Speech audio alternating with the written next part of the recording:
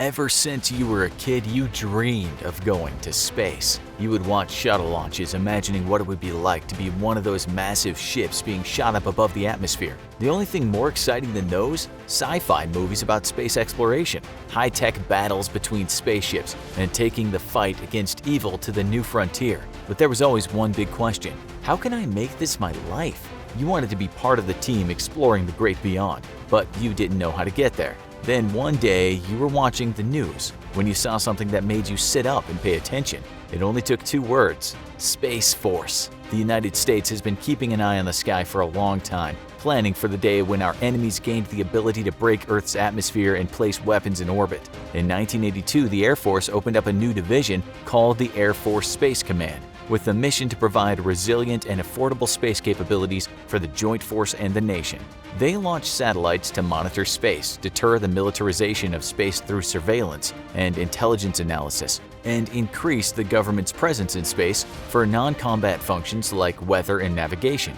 Based out of Vandenberg Air Force Base and Cape Canaveral, they controlled all Department of Defense satellites and were key in monitoring potential missile attacks. But they were mostly a defensive force. That all changed in 2018, when President Donald Trump talked about his ideas for a new branch of the military called Space Force. It would be an independent government-run division dedicated to preparing the United States for space warfare. While no war has ever taken place in space, the Space Force would study the art of satellite versus satellite combat and space-to-ground warfare, where satellites would attack targets on Earth. A lot of people were skeptical at first. After all, no other country has come close to launching space warfare programs capable of threatening the United States, and asked if we really needed to add a new division of the military. But when the National Defense Authorization Act for 2020 was passed, it included funding for the Space Force and was renamed the Air Force Space Command as its own independent division of the military, the first new one since the Air Force became independent in 1947. As soon as you hear about the Space Force, you know you want to be a part of it. The idea of defending the United States against high-tech threats and beyond excites you, but you've got a lot of questions. What is the Space Force looking for? What skills do people need to join? Will there be a Space Force Academy? As you look for answers, it becomes clear that the new division of the military has as many questions as you do. Space Force is in its earliest days, and any new recruits are going to be part of one of the biggest experiments in United States military history. Recruitment is just ramping up, but the one thing you find out quickly is that there isn't going to be a traditional Space Force Academy. So much for your idea of rushing out of your house to the recruitment center and starting your big adventure. Rather, the Space Force is looking for the best of the best from different divisions of the military to recruit into an elite team of initial recruits. It's going to take a few years, but the Pentagon hopes to transition people into this new branch of the service through a personnel and training center. The Army, Navy, and Air Force are the branches being targeted for potential recruitment, and the military sees a potential full enlistment of 15,000 soldiers. This is much smaller than any other division, with 1.3 million in the Army, 400,000 in the Navy, 321,000 in the Air Force, 168,000 in the Marines, and 42,000 in the Coast Guard. Eventually, the Space Force will have the same presence in the Joint Chiefs of Staff as the other branches, with a 4-star general representing them in meetings with the President. They'll also have an Undersecretary for Space who will report to the Secretary of the Air Force.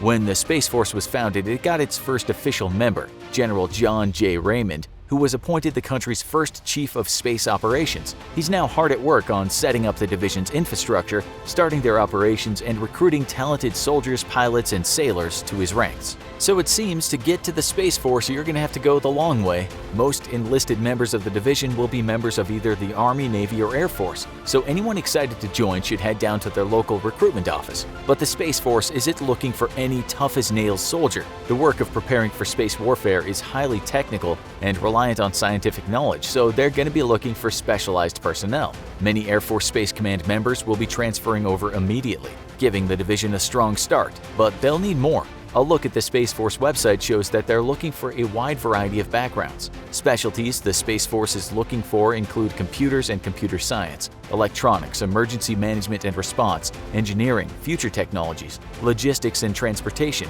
and missile and space technology. They're also looking for intelligence experts, natural science specialists, those with experience in special warfare and weaponry, and maintenance and repair. And because those who join the Space Force will be signing on for potential missions under unusual conditions humans aren't used to, they're looking for a large number of healthcare workers workers, including specialists in surgery, mental health, health technology, and dentistry. Your head is spinning. If you want to join this initial class, which field should you specialize in?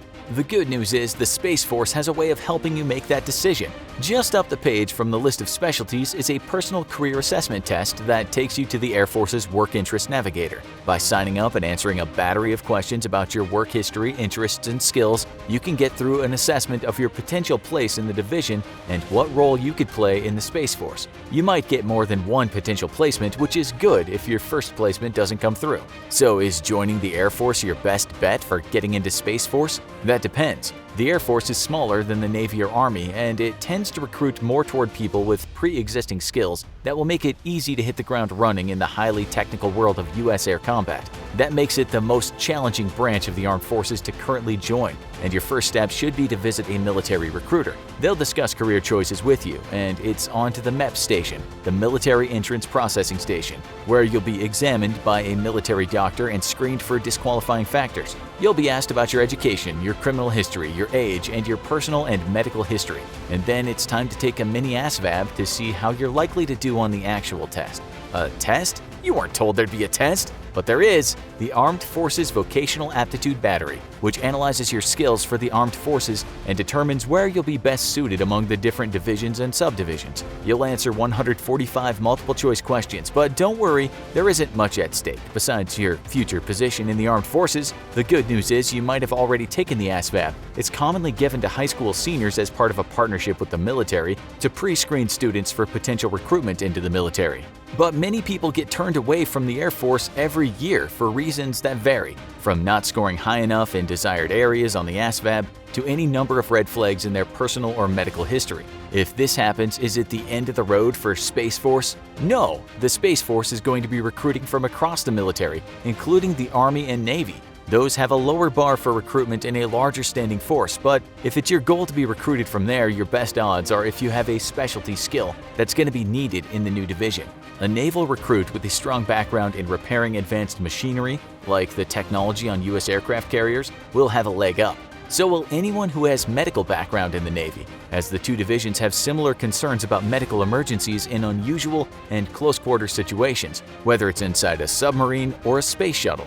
Like all high-level divisions of the U.S. military, the Space Force is highly classified, and that means that anyone who wants to be a part of them will have to undergo a security screening.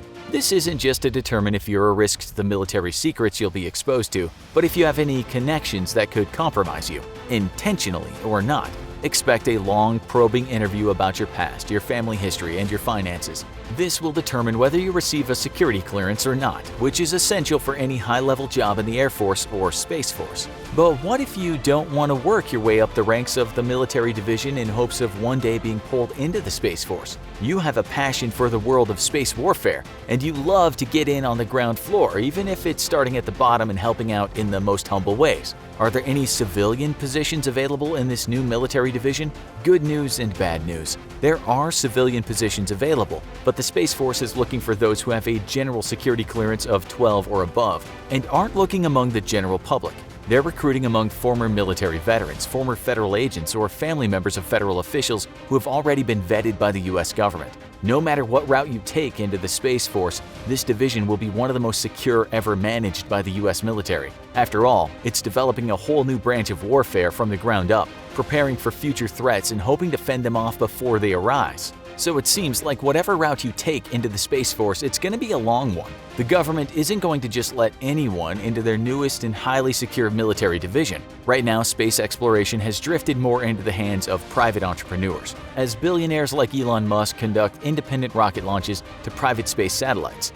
But as countries including China ramp up their own space presence, the Space Force is being organized to create an orderly transition for the U.S. military presence into space. But is the U.S. actually getting ready to fight a war in space? The answer is no, and yes. Right now, space is still considered to be neutral and international territory. While only the United States has put people on the moon, 12 countries have landed probes there, and both the United States and the Soviet Union have successfully landed spacecrafts on Mars. No countries have claimed territories in space besides privately owned artificial satellites. But as the world's superpowers ramp up their space exploration, the United States wants to make it clear that any attempt to militarize it won't go unanswered. The Space Force aims to create a strong military presence to protect our interests and deter aggression in, from, and to space, while giving us the freedom to conduct our own space operations undisturbed. The Space Force is just getting started and has a long way to go before it fulfills its mission. So does anyone who wants to join up, so there's only one solution. If you want to be in the Space Force, join a related division, work hard, and prove yourself so the brass comes calling. Now go check out what would happen if we detonated a nuke in space for more on US military presence beyond Earth. Or what if there was war in space for a look at the possible future of the Space Force. Thanks for watching and see you next time.